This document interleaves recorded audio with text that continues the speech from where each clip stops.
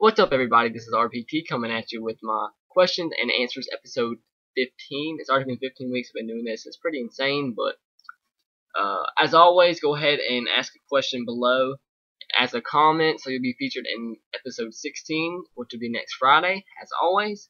So, like I said, it can be about sports, anything at all, personal. Even though I think there was one question this week, though, that got a little bit too personal that I don't think I'm going to answer. Probably won't, but you'll see what that is in a little bit. But let's go ahead and get into it. Razorback 1995 asks, what is your plan with your channel after NFL and college football is over? That is a really, really good question that I've been trying to figure out myself. But I'm going to do my usual predictions for the upcoming seasons for a bunch of different things. I'll do top 25. I'm going to be doing playoff predictions for the NFL next year. I'm doing mock drafts. And I'm going to start this little series where well, first of all, as you know, I'm going to preview each conference in college football and each division in NFL like I did last year. And then I'm going to start this little series up in between the NFL season ending and baseball ending. As you all know, if you followed me for as long as I've had this channel, I do Red Sox videos too.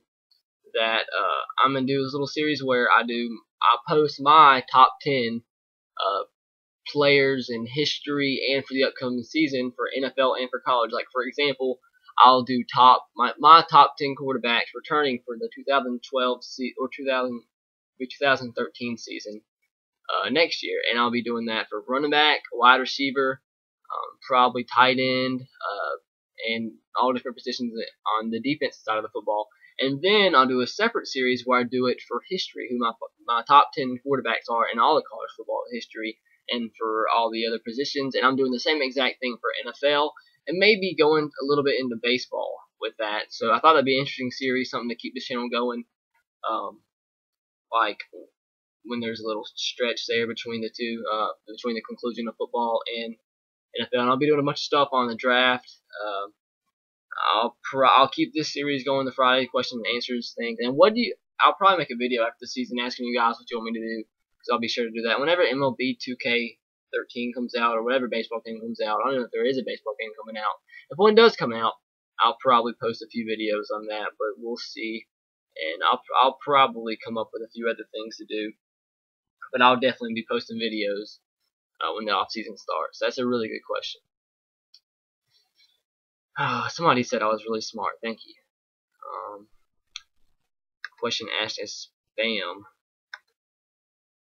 Okay. Jokin X36 asked, what colleges are you considering? Well, by considering, if you mean the college I've applied to, I've applied to University of Alabama. Well, actually, I got to finish my application today. University of Alabama, University of South Alabama, Troy University, Spring Hill College, which I got a scholarship to, University of Southern Mississippi, and Boston College. And I might apply to Central Florida. I'm not real sure. But those are the major colleges that I'm considering. Yummy Milk 100 asks, if these teams were the only football teams in the whole world, who would you choose? Oklahoma or Michigan State? So I guess he's asking which team I'd rather be a fan of. I don't know, probably Oklahoma, just because it's closer and they're crimson too. Oh man, I'm not answering that question. Toilet Bobber 88. Y'all can go look what his question is. So okay, you can ask personal questions, but there's a little limit there that you can ask. Hey Arnold Fan 12, who do you think the best or the most NFL ready quarterback is in college football? Man, this is seriously a down year for quarterbacks, because as much as I disagree with the overall assessment, that Matt Barkley probably still is going to be the #1 pick in the draft. As bad of a season as he's had, he's probably still going to be the #1 pick. And who I think is the most ready for the NFL, and I think is going to be the best NFL quarterback out of all the quarterbacks coming out of this draft class, is probably going to be Tyler Wilson. He's always stood in there. He's never really played terrible. He's the toughest quarterback in America. That's one thing, because he gets laid out every single game multiple times, and he still stays in there, makes big time throws, has a big arm, he's accurate. So yeah, that's who I'll say, Tyler Wilson. And Harold on Fan 12 asked another question. Do you think Denard Robinson will make it to the NFL, and if he does, how will he be used? He could be used kind of how Pat White was, but that kind of got exposed because Pat White never really amounted to much in the NFL for a while there. But I think he does. He's a different kind of player. I mean, he doesn't have a strong arm. He's not that accurate, but he's one of the fastest athletes in America. He's really explosive. He's agile. He could play. He can catch. He can play wide receiver. He can play some running back. Could return some punts. So I think he'll be utilized in a bunch of different ways. He's not going to play quarterback, but I think a team will grab him up late in the draft and use his abilities to best fit what their team needs. And he can be used, like I said, as running back, wide receiver, maybe as a wildcat, and maybe even punt and kick returns, because he's the athlete to do just about anything. And ask another question: did you have fun at the Alabama game? How did your day go? It was really fun. The game was over after the first quarter, basically, but it was still really fun. It's a fun environment at the Iron Bowl. I had a good day. I had a really good day. Got there pretty early and walked around, went to the Walk of Champions, and it's overall a good day. Went back to the hotel and watched Notre Dame beat USC, so it was a good day. Razorback 1995 asks, have you ever smoked weed before or ever gotten drunk? I have never, ever done. I never drank beer before. I've never smoked anything before. I'm 100% completely clean and plan to be that way the rest of my life. And that's something I'm extremely proud of. Mac. Okay, that guy. Mac Jim will ask a question, but I think he messed up and just decided not to ask it. So, it's alright. Ask it next week, for next week's episode. And this is the question that I'm talking about that I'm not going to answer by SEC Go 6, because, it's a little bit too personal. How many girls have you had sex with? Tell me about your first time. Were you scared? That's a little bit too personal there, but I wasn't scared. I guess I can say that, but yeah. Brendan Kuehl asks, have you seen USC's recruiting class this year? If not, they recruited nothing but 5 and 4 stars. Only team in a long time to do so. I'm just wondering, what's your opinion on this, and how well do you think they'll be in 2 to 4 years with this class? This has always been the case with USC. They always get 5 stars, always get 4 stars. They probably right now the most talented team in America, but for some reason they just never can mold correctly. They don't have the team chemistry. They don't have the correct coaching staff. They have no question the talent's there, but they never can just gel together to be the perfect team that can win a national championship. This is how it is. It's always been like that with USC. They always get one of the best recruiting classes in the country, and they never end up winning national championships and being contender every year. And definitely not really in the next 2 to 4 years. Yeah, they might get 5 and 4 stars, but with the scholarship productions that they have from their sanctions that were handed down by the NCAA, I think they're only allowed 65 or 70 scholarship players a year, so that's 15, 20 scholarships that they have lost and that they won't be able to hand out to 5 and 4 star recruits. So they'll be having walk-ons and whatnot filling up that role. So their depth will be a really, really big problem. And we saw that this year, the first year, or the second year, on the defensive side of the football, because they had no depth whatsoever, and they were just terrible on the defensive side of the football. So, I don't think, they get 5 and 4 stars every year, and you see how they perform.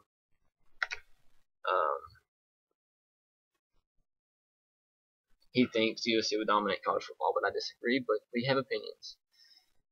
And Brent, he asked another question. What do you think of Alabama's recruiting class this year? Who is your favorite player Alabama has recruited so far, if you know any?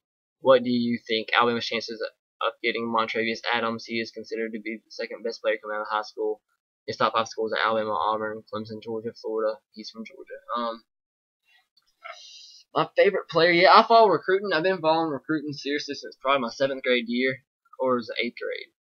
Whatever the year before Julio Jones was the senior in high school was when I started following recruiting pretty much religiously. Haven't followed it as closely the last year or two. Just been busy doing a lot of things. Don't have enough time at my house to do things like I used to. But I mean, I still follow it from time to time. I mean, I know most of the players committed, and uh, probably my favorite player right now is committed is either Brandon Allen or I meant Jonathan Allen or Derrick Henry. Derrick Henry is an absolute stud. I think most of you know that he broke the all-time record for rushing yards for a high school athlete. I'm not sure exactly if he's going to play running back in high school. So he's 6'3", like 240, 250. He's a monster. But the question of speed is definitely there for SEC type running back. I mean, I'm not doubting his ability at all. I mean, it'll be fun to see if we put him at a Justin Fowler type role where he plays H-back, or maybe even move him to defensive end or linebacker. I mean, if he plays running back in high school, he has to have some type of speed. So maybe a pass rusher. I mean, we'll see what happens. And Montravius Adams, I've not heard of anything about him as of late. He'd be a great get, but I think he stays in state and ends up going to Georgia. But I mean, I could be proven wrong. And Gumbel85 asks, what do you think of Louisville joining the ACC? I think it's one of the best things that has happened for the Cardinals in athletic and academic history. It's definitely going to create a ripple effect, that's for sure, because Louisville, Rutgers, best two teams in the Big East right now, and they're both gone in 2 years. So that definitely is going to hurt the Big East big time. I mean, it's a good move for Louisville. They have a better chance at competing for a national championship, especially from coming from the Big East. But I mean, if you go undefeated in the Big East, and it depends how good your margin of victory is in out of conferences, you still could be considered for a national championship. But like I said, I think it increases the chance a little bit going to the ACC. Big East is definitely in bad times. Are turning into the Conference USA 2.0, because they're getting just about every single college from the Conference USA, and it's not even the best colleges from Conference USA. I mean, if they got a team like Tulsa, Southern Miss did terrible this year. They're traditionally a good school in the CUSA. They get a team like Tulsa, I don't understand. But when you get pulling in teams like Tulane, Memphis, that's kind of, I don't understand that. I understand that Memphis is a really good basketball school, but they already have good basketball schools in the Big East. And I think this is just one step closer to having the 16-team super conferences, which I absolutely hate the idea of. Because if that ends up being the case, what's the point of playing football at the Division I level if you're not in one of those super conferences? I mean, schools can't help it that they're not big. What they can help is coaching their players to the best of their ability. And just because they're not in a big market, not at the big school, that doesn't mean they should not have a chance at the national championship. And if the super conferences do create, and you're not in one of those, you'll have absolutely no chance at making a national championship. And I hate the idea, but with what's happening, the Big East collapsing was the big key in super conferences happening, because they provided the best. They're a feeding conference for the bigger AQ conferences. I mean, West Virginia was taken away. Now you got Louisville. Now you got Rutgers leaving. You got Pitt leaving. Connecticut. Well, I think Connecticut was actually the second option for the ACC, but they'll probably leave in years to come. Boise State and the other San Diego State and the other schools from the West are now reconsidering their decision on moving into the Big East for next year. And I think the best idea for the Big East, I know this is kind of off your question here, but I think the best idea for the Big East is to make sure, no matter what, that they have 12 teams in the conference next year. So they have two divisions, which creates a conference championship, because the only way they'll be able to be considered, their conference champion be considered, and to make their conference the conference champion not such a laughingstock, is to, trying to get this out right, is to have a conference championship, which makes it just a little bit more legitimate of a conference champion victory.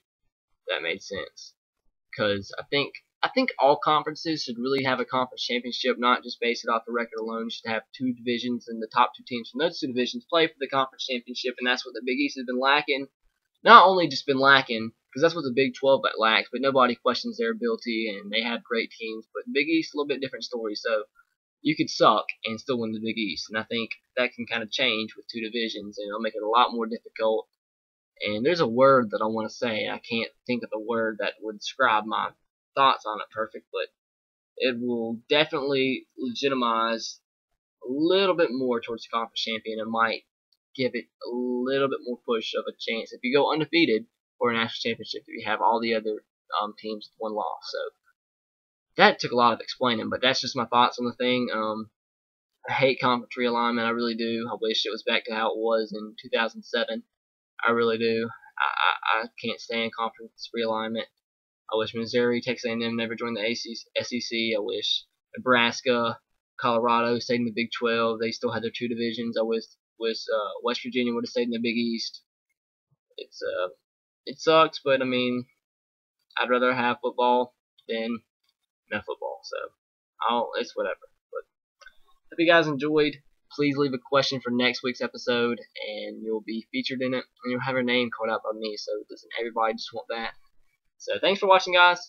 Please subscribe if you haven't already. And as always, roll tide, go Sox, and go Titans. See you. Have a great day, and I'll see you next Friday.